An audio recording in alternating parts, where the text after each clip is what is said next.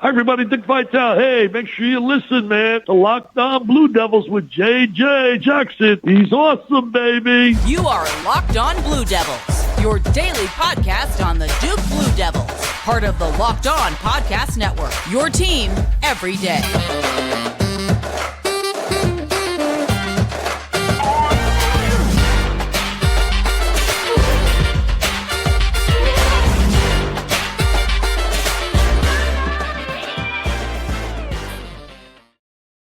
Hello, everybody, and welcome into another episode of the Locked On Blue Devils podcast. My name is JJ Jackson. It's so great to have you here with us on Wednesday, June 7th, 2023. Super excited for the off-season content to continue to come your way. Again, a reminder, we're only doing 3 shows a week during June and July here on the program. In August, when we get close to the start of fall camp, you'll be back to 5 shows a week to watch and enjoy here on the program. If you haven't done so already, please be sure to like this podcast, give us a 5-star rating and written review on whatever podcast platform you so choose. Subscribe, get updates on the new episodes as they post. Also watch the show daily on YouTube.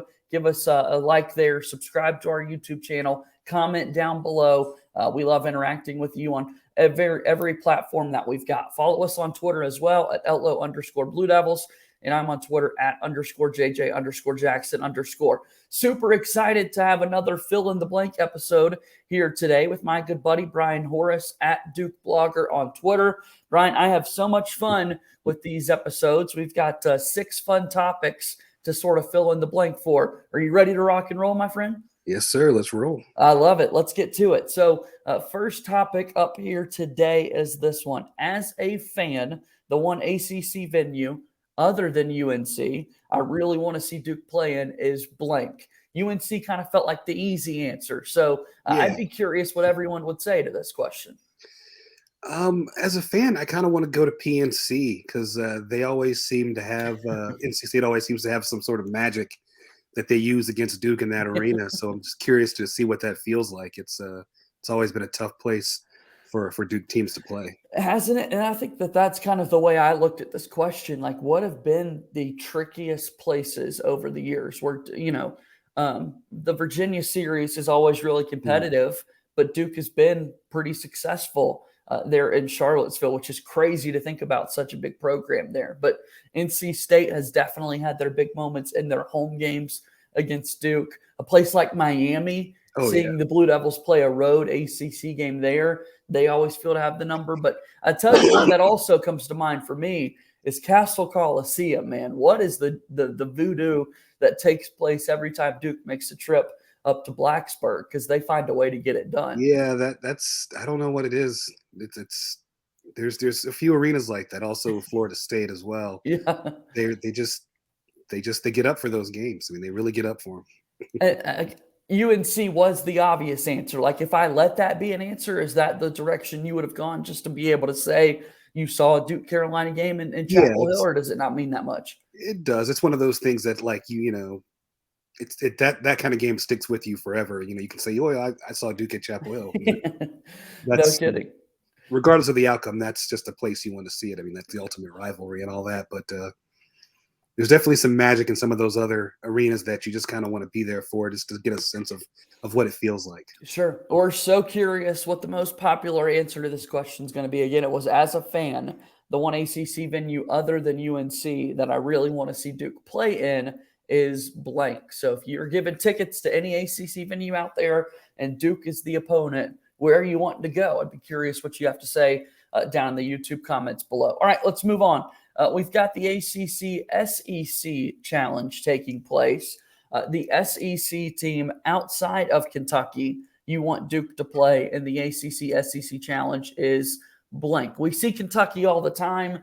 If you and I had to bet, I would imagine we will see Duke and Kentucky in the first edition of the ACC SEC Challenge if you're really looking for a good matchup to see those two teams play at Rupp and Cameron Indoor. But how did you answer this question? I actually went with Tennessee. I got to have a rematch. They really manhandled Duke in the tournament. I mean, they won by 13. Obviously Duke they weren't at full strength without a starter, but I think the team would probably be very hungry for that game as well. Tennessee is a good answer, Brian. Yeah, I really hadn't thought about the Vols, but Thompson Bowling Arena is a good venue and can get a little rowdy. Or to see their crowd kind of come over to Cameron Indoor Stadium, that'd be pretty epic. So for me in this one, I often think about Auburn, my alma mater, right? To see Duke and Auburn play in an SEC ACC challenge would be pretty wild. They played in the 2019 Maui Invitational Tournament, but to see those two teams get a home and home. And then the Florida Gators were another team that I really spent some time considering outside of Kentucky, just because it feels like we've had a couple of paths crossing between Florida. Alex Murphy is a name that played for both Duke and Florida in the last little over a decade plus. And the Gators do have a pretty good basketball program, winning those back-to-back titles. And that was a team that I was thinking of too. Yeah, Auburn was my 1B, so there you go. Okay, how about that? I like that. Shout out to the alma mater. I love that. All right, so let's know what you think down below in the comments. Again, with this one, the SEC team outside of Kentucky you want Duke to play is who? And we will have your answers down below. We've got more to go, and we'll take our first break here on the program today.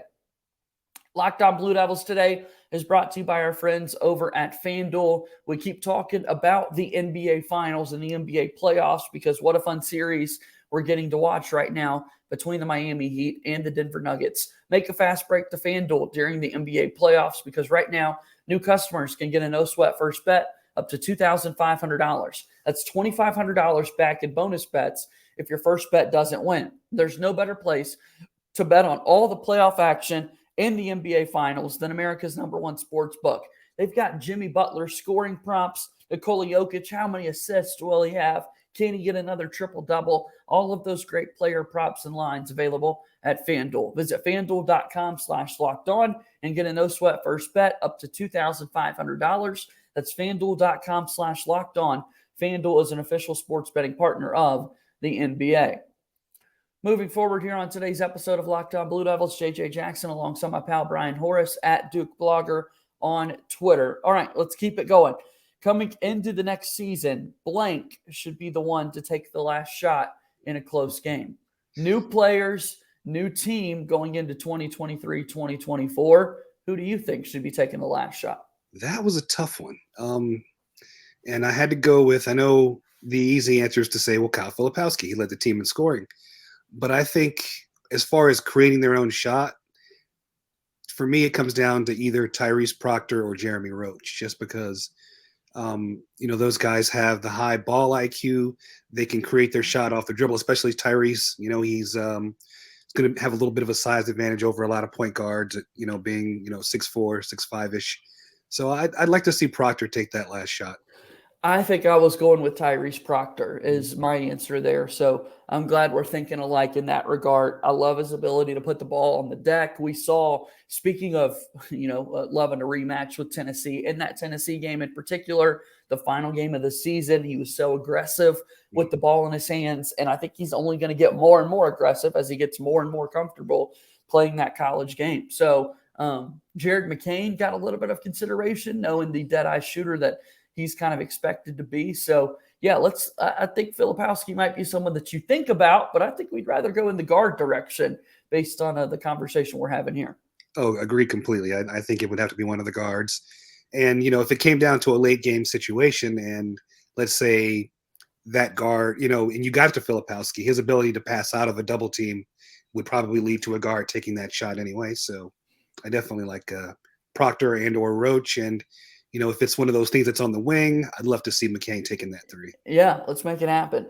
All right, so moving on. Tyrese Proctor will average blank points per game as a sophomore. Proctor averaged 9.4 points per game. We talk a lot about Filipowski going into the sophomore season with the ACC Rookie of the Year buzz that he had. But from a scoring production answer, I think people could be all over the board potentially here. What do you think? Taking shot in the dark here in June, how many points do you think Proctor will average as a sophomore? I think he'll be up there between 14 and 15 a game, but I think he'll also be a high assist man as well. So I think, he will probably, defer some of his shots to get other guys better shots. And I think that's part of his, his ability to drive and kick. So 14 to 15 sounds about right for me. And that feels like a big jump, right? But it also feels feasible. When I saw this question come across, 15 was the answer that first popped into my head. So again, going from 9.4 to 15 feels like a pretty big jump, but it also feels like Proctor's going to be more comfortable, as we were just talking about. I would think he's going to want to take more shots than he did a year ago. And so then maybe it's not as crazy as we once thought. Yeah, I think he was a little bit slow offensively coming into the season just because he didn't get there early. He got there late. And if you saw how he played in the tournament, he was averaging 10 points a game. So he was already starting to sort of, tick up a little bit. And I think, a natural progression would be, between 14 and 15. Does that impact the other players' scoring numbers? Again, I know I wasn't asking for predictions there, but I would just be curious because I agree with you. If it's 15 for Proctor, what kind of an impact does it have on others returning into the fold? I don't think it will have that much of an impact because I think this will be a much more offensive-oriented team than last year. I mean, the struggles offensively were well documented, last season, but they started to sort of get past that later on in the season, became one of the better offensive teams, in the country. So I think it's going to, the scoring in general for this team is going to increase, I think, a lot. There are a lot more options. There are guys that are a lot more comfortable taking shots. So I think they're going to play faster. So I think there are going to be a lot more opportunities as well. So I don't think it'll impact in a negative way. If anything, I think his assist numbers will also be, a lot higher. So. Yeah, what we've learned so far here is that if it's a close game, we want the ball in Proctor's hands, and we do think he's going to have an uptick in scoring. So all of those things seem to add up just a little bit. Shout out to Kyle Filipowski for the work that he's going to do this upcoming season for Duke as well, because he was their scoring guy a season ago. We've already seen him be able to hit that 15 points per game mark, and thinking about an improved offense all the way around. If you can get multiple guys comfortable scoring about that number of points, I think this Duke team's going to be able to create some noise. Agreed. Yep, love it. Well, we'll continue this conversation. We've got some more fill in the blanks, and we'll do that after our next time out here on the program. Thank you so much for making Locked On Blue Devils your first listen and first watch each and every day. Shout out to all of our everydayers here on the program. We really hope that you've been enjoying this fill in the blank series that we've been doing over the past few days with a lot of my really good friends across the Duke basketball community. We want you to comment down below in the YouTube section who you think you would take the last shot for the Duke games and so much more. All of those awesome conversations will be continuing throughout the summer here. Make sure you also check out Locked On College Basketball. Host Isaac Shade and Andy Patton do a remarkable job telling you everything that you need to know about the sport across the league and the SEC, the ACC, all the big topics right now with players making final transfer portal decisions, a lot of freshmen arriving on campus across the country. Locked On College Basketball is your one-stop shop for all the great news here in the sport. Also, make sure you take an opportunity to check out Locked On ACC with our host, Candace Cooper, as she does a great job breaking down everything in the Atlantic Coast Conference. A lot of football conversation this time of year. A lot of people excited about Riley Leonard returning for yet another season with Duke football. The quarterback could be in Heisman conversations. They're having those conversations over at Locked On ACC. It's available wherever you get your podcasts. Moving forward here on today's episode of Locked On Blue Devils, JJ Jackson alongside my pal Brian Horace at Duke Blogger here with us. So, Brian, let's keep it moving. Let's keep going. But before we do that, I would like for you to promote DukeBlogger.com. Tell me a little bit about your website. Yes, sir. All things Duke basketball. Now that the roster is probably somewhat set, articles are going to start filtering in about, my predictions as far as, starters, how people are going to be played, what they're going to do defensively. All of that stuff's coming up in the next few weeks or so. But that's what we're doing. Now that we've got players back on campus, now that June 1st was the official NCAA Division I kickoff day for players to be on the court in the practice type settings, we're going to get more opportunities for Shire to speak publicly, for these players to talk a little bit about what they've been up to over the offseason. So now that some summer media opportunities start to pick up, we're going to know a little bit more about the Duke team, right? Exactly. I suspect there will be a lot of change from last year to this year in terms of how they play both defensively and offensively. So it's going to be interesting to see what Shire comes to the table with is in terms of letting the media know. Yeah, let's make it happen. Super excited to see what this Duke team can accomplish. So got a few more topics to tackle here in our fill in the blanks. So let's keep it moving. Blank will be the next Duke player to win an NBA championship.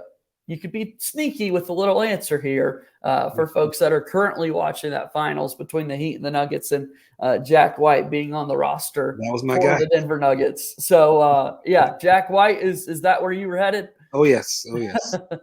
Yeah, I think that's a slam dunk answer. So if we take Jack White out of the equation, who do you think could get the job done? Who do you think could be the next Duke guy to win an NBA championship ring? I think it'll be Tatum. I think the Celtics were a point guard away from probably being, in the finals this season. They rookie coach. They didn't have Gallinari, who I think would probably have made a huge difference in this particular series against Miami. And they just went up against a Jimmy Butler who was just determined to get to drag that team to the finals. And I think that team will put it together. They're still, a fairly young team. They can still add some pieces, and they have some pieces coming back. So I think Tatum and the Celtics will get it done. I think they'll be the next. Yeah, Tatum feels like a good answer, given how good Boston's been over the last few seasons. Like, it feels as though a championship could be on the horizon. I still keep thinking about Grayson Allen as an answer to this question, potentially being a member for the Milwaukee Bucks, right? We've had Giannis kind of fall back over the last few seasons in terms of the Bucks making a deep postseason run, but it feels as though Milwaukee is set for another deep title run, and then therefore Grayson could be a championship level player. That definitely could happen. I mean, I don't know what happened in that first round for them, but they're definitely going to, they're going to be back, new coach coming in this season. And that lineup is still, not a good lineup. So there's not a lot that needs to change there. And credit to Grayson, right? So all respect out there to Jack White. Super excited that he's getting this opportunity, and that here in a few days, it looks like the Nuggets will win this series, and we're going to be able to say Jack White is an NBA champion. Grayson Allen is out there starting for Milwaukee, shooting near 40% from three. I mean, he has really turned into a quality NBA level player and contributing to a team that was atop the Eastern Conference all of this past season. We know how good Tatum has been from an all NBA level, but it's just really cool to see Duke players getting a lot of run on the court, thriving, and being a big reason why their team's able to win a championship. Oh, agree completely. And the thing about Grayson coming in, from high school even, he wasn't known as a three-point shooter. He was a guy that had unbelievable physical skills. And the fact that that's his go-to now, even at Duke, he morphed into that from a guy that was like, a driver to a guy that was like shooting effortless threes is just amazing. That shows, the hard work that he's put in. And, now he's a starter on a championship level team is just amazing. We love that. All right. So who do you think will be the next Duke player to win an NBA championship? Let us know down in the comments below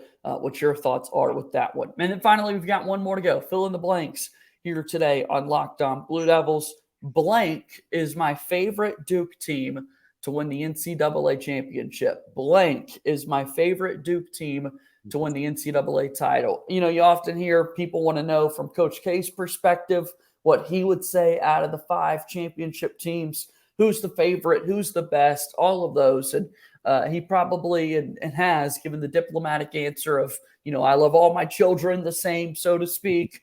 All titles are created equally, but we can admit if there's a favorite title that we were able to watch out of the 5 over the last 25, 40 seasons of Duke basketball. So when I look at this one, my answer that quickly comes to mind is 2010, taking a look at what that team was able to accomplish. And part of that, just from the fans' perspective here, being that as a 27-year-old in 2001, when the Blue Devils won, a little too young to kind of remember all of those emotions and moments and whatnot. And then coming into the world in 1995, missed out on those 91 and 92 title teams. So 2010, actively knowing what's happening and getting to truly feel that for the first time as a fan. That's just something that I'll never forget. And what a fun year that was. So again, I'm not going to be diplomatic here. I'm going to put you on the spot, Brian. When you look at a question like this, what were the thoughts that came to your mind? Well, two came to mind for me, and it was the last two. My first answer was 2010, just as yours was, just because that team had three seniors, Shire, Zubek, and Thomas, and they went through some trials and tribulations in their 4 years. I mean, first season together, they lost in the first round. Next season, second round. Third season, Sweet 16, and then they won a championship. So just, a team that stuck together like that. And then, and that fourth year really paid off for them. That was my first answer. And it was just a fun team to watch. They didn't have all the, the glitz and the glamour of, guys that were, dunking over people and all that. They just played good basketball, played good defense. And it was, it was fun to watch. But my other answer was, I figured you would say 2010. So, so I also thought about the 2015 team and how, like the kids say nowadays, it was a movie. It was really a movie. Yeah. It was a fun team to watch. They only lost 4 games that year. I mean, that was just impressive. Dominant team. Yeah. They swept UNC, as did the 2010 team. And their defense on that team, they held their opponents in the tournament to 56 points. I mean, that's high level execution on the defensive end, and just it's a fun team to watch. And they just seemed like they were so together. It was a team that I think really, really liked each other, hated each other on the court in practice. Yeah. They got against another team, they loved each other. Absolutely. You wouldn't want to go to war with anyone else. That's for sure. So it proved also that you could win a championship, starting 4 freshmen. Right. Made it happen. And hopefully we get something like that again here soon with this upcoming season, that we could add them to the list, and we'd have 6 different teams to have to choose from when it comes to that answer. Again, much love out there to Hurley and Hill and Leitner and the great teams that were there, and Jay Will getting it done in 2001. But again, blank is my favorite Duke team to win the NCAA championship. I'm sure a lot of people have different perspectives from where they were at in their lives from title teams, and I'd love to have those conversations here with you, Duke fans. So let us know what you think about that one there. Brian, it's always so much fun to have off-season conversations like this with you. You're always far too kind with your time, and I really do want people to go check out your awesome work at dukeblogger.com. Give you a follow at Duke Blogger. And yeah, just thank you again for all the visits that we've had. And I know that there are going to be plenty more coming here on the program. Appreciate it, man. Thanks for having me. All right. That's my pal Brian Horace joining us here on today's program. Thanks so much for your support here at Locked On Blue Devils. I'll be back with you later in the week to give you another awesome episode here of the program. That'll do it for today's show. As always, go Duke. I'll talk to you soon. My name is JJ Jackson. Thank you and good day.